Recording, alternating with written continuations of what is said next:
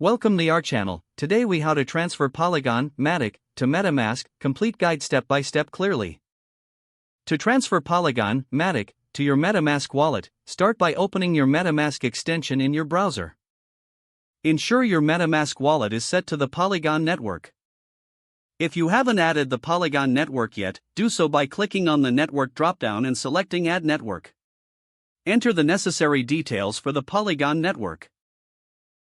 Once the network is added, navigate to the source where your MATIC tokens are currently held. This might be an exchange such as Binance or Coinbase. Log into your exchange account and locate your MATIC tokens in your wallet. Select the option to withdraw or send MATIC.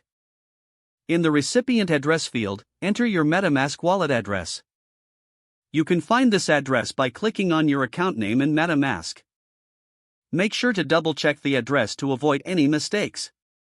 Next, input the amount of MATIC you wish to transfer. After that, review the withdrawal details, including transaction fees.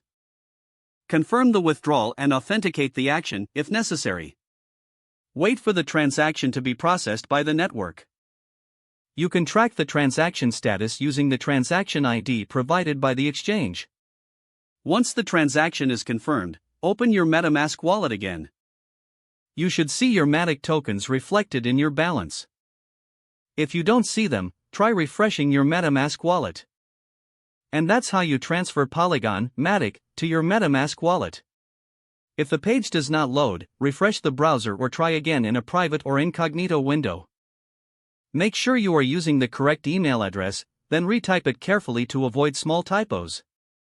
If your password is not accepted, use the reset option and create a new strong password you can remember. Check your spam folder for verification or security emails, then complete any requested confirmation steps. Enable two-factor authentication if available to improve account security and reduce unauthorized access risk. After signing in, review your profile details so your contact information and settings are accurate and current.